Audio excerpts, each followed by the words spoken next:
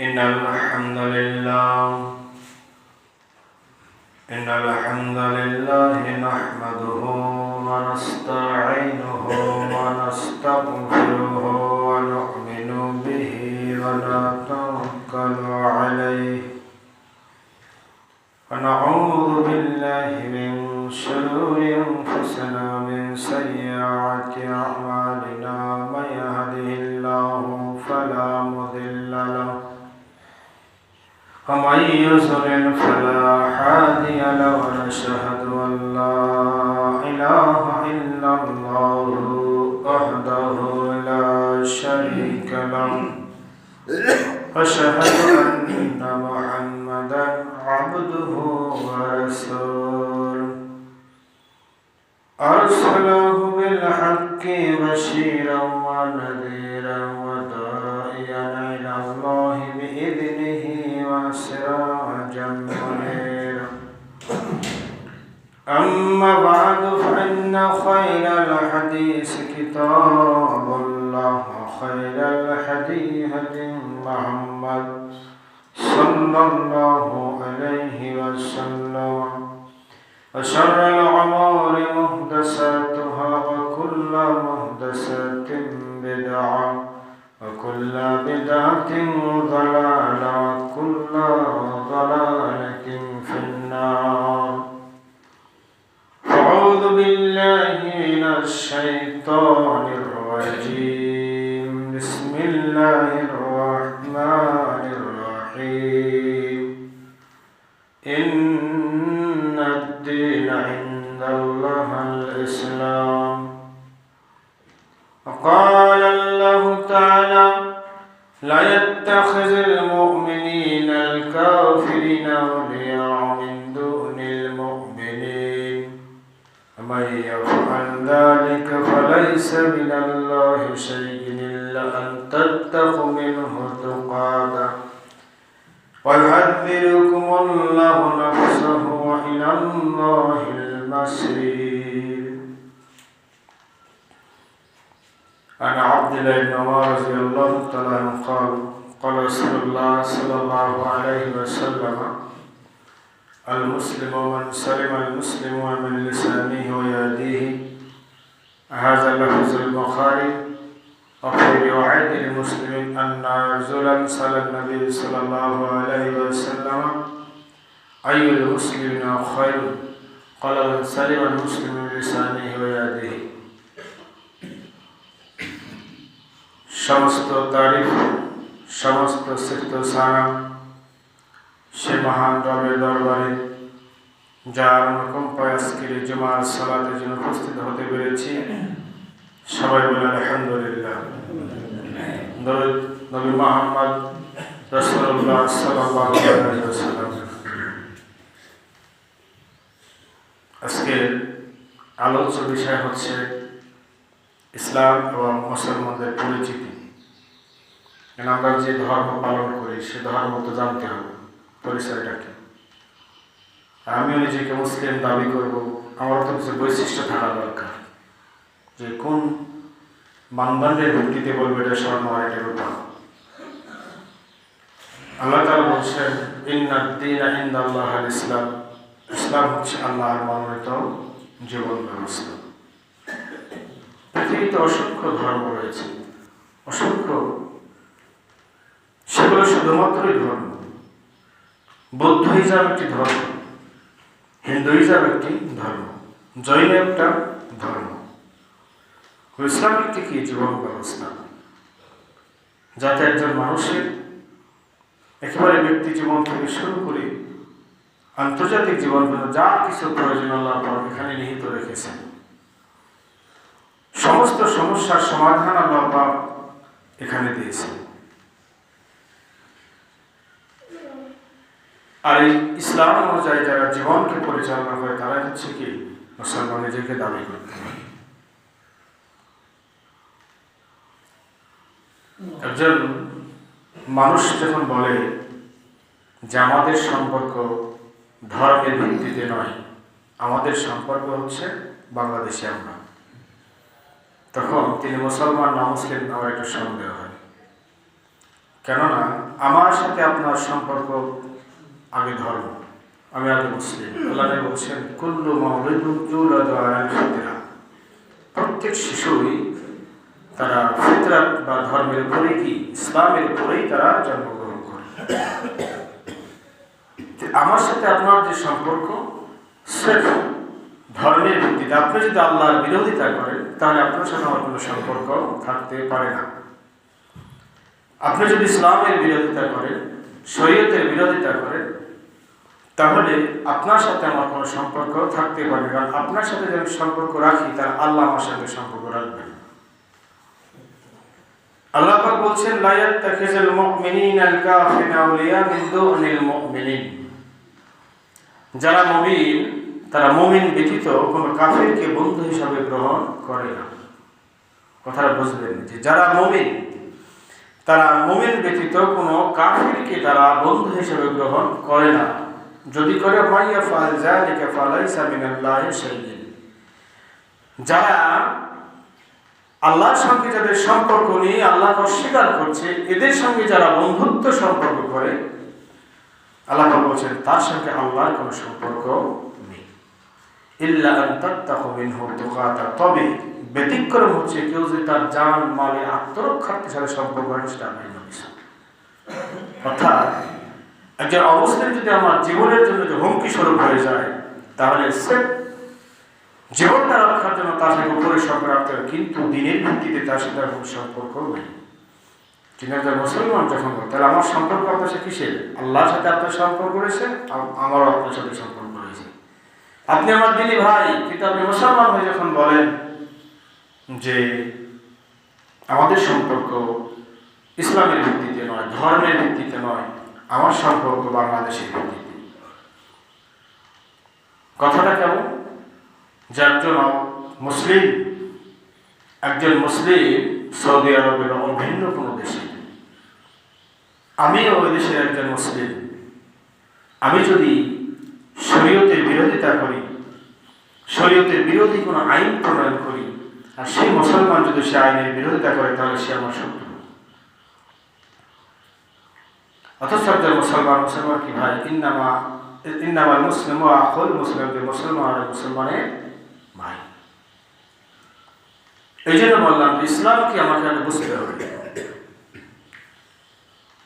ইসলাম হচ্ছে এর অর্থ আনুগত্য করা, আত্মসমর্পণ করা, শান্তির পথে চলা। আনুগত্য করা, আত্মসমর্পণ করা, শান্তির পথে চলা। বিশৃঙ্খলা, উশৃঙ্খল কোনো কিছু আল ইসলাম কবুল করে না। পরিভাষায় আল্লাহ তাআলার প্রতি পূর্ণ বিশ্বাস রেখে, আল্লাহ তাআলার প্রতি পূর্ণ বিশ্বাস রেখে পূর্ণ আনুগত্য স্থাপন করা ধর্ম। বিনা দ্বিধায়, বিনা সংকোচে, কোনো অভিযোগ না তুলে তার আদেশসমূহ মেনে নেওয়া এবং তার নিষেধ থেকে বিরত থাকা, তারই দেওয়া জীবন বিধান অনুযায়ী রাসূলের দেখানো পথে নিজের জীবনকে পরিচালনা করাটাই হচ্ছে ইসলাম। সুতরাং যে ব্যক্তি আল্লাহ তাআলার প্রতি পূর্ণ বিশ্বাস রেখে, তার প্রতি পূর্ণ আনুগত্য রাখে, বিনা দ্বিধায় বিনা সংকোচে তার আদেশ মেনে চলে, তার নিষেধ সমূহ থেকে বিরত থাকে এবং তারই দেওয়া জীবন বিধান রাসূলের দেখার পথে যে ব্যক্তি তার জীবনকে পরিচালনা করে, সেই ব্যক্তি হচ্ছে মুসলমান। এখন আমি যখন বলবো যে শরীয়তের সঙ্গে রাজনীতির কোনো সম্পর্ক নাই, আমি রাজনীতিতে শরীয়তকে স্বীকার করি না, তাহলে আমার বিশ্বাস কি থাকলো স্রষ্টার প্রতি? বিশ্বনবী মুহাম্মদ সাল্লাল্লাহু আলাইহি ওয়াসাল্লাম রাজনীতি করেননি, সাহাবায়ে কেরাম রাজনীতি করেননি, রাষ্ট্র পরিচালনা করেননি। ওমর ফারুক একই ব্যক্তি গোটা বিশ্বের অর্ধ পৃথিবীতে নিজেই শাসন করেছেন। সুতরাং নিজেকে মুসলিম হিসাবে দাবি করার জন্য অন্যতম প্রধান শর্ত হচ্ছে আল্লাহর প্রতি পরিপূর্ণ বিশ্বাস থেকে তার প্রতি আনুগত্য স্থাপন করা। আনুগত্য স্থাপন করা মানে তিনি যা কিছু বলেছেন সব কিছুই মেনে নেওয়া এবং সে অনুযায়ী জীবনকে পরিচালনা করা। তিনি যে আদেশ করেছেন সে আদেশ মেনে নেওয়া, সে আদেশের প্রতি কোনরূপ অজুহাত তোলা যাবে না। আল্লাহ পাক বলছেন যে তোমরা কি করো, ওসর দিয়ে দাও সম্পদে। এখন আমি যদি বলি যে আমার সম্পদ আমি কেন মানুষকে দেবো, আল্লাহ তাআলা বলছে অমিম্মা রাযাকনাহুম ইউনফিকুন, সম্পদ তোমার নয়, সম্পদ আমি দিয়েছি সম্পদ, ওই সম্পদ থেকে তুমি দান করো। আমি যদি বলি যে আমি জমির কর দেবো, তাহলে খাজনা দেবো কেন? আপনি এই সংখ্যার ইসলামের এই পরিচয় আলোকে বলেন তো আমার মুসলমানের তো আছে কিনা? থাকবে? থাকার কথা, ইনশাআল্লাহ কথা না। কেন আমার ইসলামের প্রতি পরিপূর্ণ যখন বিশ্বাস, তখন আল্লাহর বিধানকে পরিপূর্ণভাবে মেনে নিতে হবে। আমি মানতে পারি না অনেক সময়, এটা আমার দুর্বলতা। আমি নামাজ পড়তে পারছি না 5 ওয়াক্ত, আমি অস্বীকার করি না, এটা আমার দুর্বলতা। কিন্তু আমি যখন বলবো যে নামাজ না পড়লে ইমান ঠিক আছে, তখন সে দুর্বলতা না, এটা হচ্ছে মুনাফিকি এবং কুফরি কাজ। আপনি একজন ব্যক্তি নামাজ পড়েন না, কিন্তু আপনি অস্বীকার করেন, ভাই পড়েন না কেন? ভাই পড়বো, পড়ছি, সময় পাচ্ছি না, এটা আপনার দুর্বলতা। এই দুর্বলতা কাটিয়ে উঠতে হবে। কিন্তু আপনি যখন বলবেন না নামাজ না পড়লে ইমান ঠিক রয়েছে, তখন বলবো আপনি কি মুনাফিক, আপনি হচ্ছে কাফির। সুতরাং একজন মুসলিমের প্রধান এবং প্রথম বৈশিষ্ট্য হচ্ছে আল্লাহর প্রতি পরিপূর্ণ বিশ্বাস স্থাপন করা। আল্লাহর প্রতি পরিপূর্ণ বিশ্বাস, অর্থাৎ শরীয়ত দিয়েছেন কি? আল্লাহ। সুতরাং আমার মুখ থেকে বের হতে পারে না শরীয়ত থেকে আমি ইসলামী স্বীকার করি না। আমি যখনই বলবো রাজনীতিতে আমি শরীয়তকে বিশ্বাস করি না, তখন আমার মুসলমান আল্লাহর আনুগত্য করা। আল্লাহর আনুগত্য কোনো যদি ব্যক্তি ছুটে যায়, ইচ্ছা করে যদি সে নাগত করে, আল্লাহর বিধানকে যদি ইচ্ছা করে অমান্য করে, যেটা আমার প্রয়োজন নয়, আল্লাহ বলছেন কুল আতিউল্লাহ ওয়া আতিউর রাসূল, হে নবী বলে দাও তুমি আনুগত্য করো আল্লাহ আর আনুগত্য করো রাসূলের। ফাইন তাওয়াল্লা ফাইন্নাল্লাহা লা ইউহিব্বুল কাফিরিন, যদি তারা মুখ ফিরিয়ে নেয়, যদি তারা মুখ পৃষ্ঠ প্রদর্শন করে, তবে জেনে রাখো সে কি কুফর, আল্লাহ কুফরকে ভালোবাসেন না। একজন মুসলিমের আরেকটি বৈশিষ্ট্য হচ্ছে সংজ্ঞার আলোকে সে হচ্ছে আল্লাহর আদেশকে মেনে নেবে। আল্লাহ পাক বলছেন আহাল্লাহুল বাইয়া ওয়া হারামাল রিবা, তোমাদের জন্য ব্যবসাকে হালাল করেছি আর সুদকে হারাম করেছি।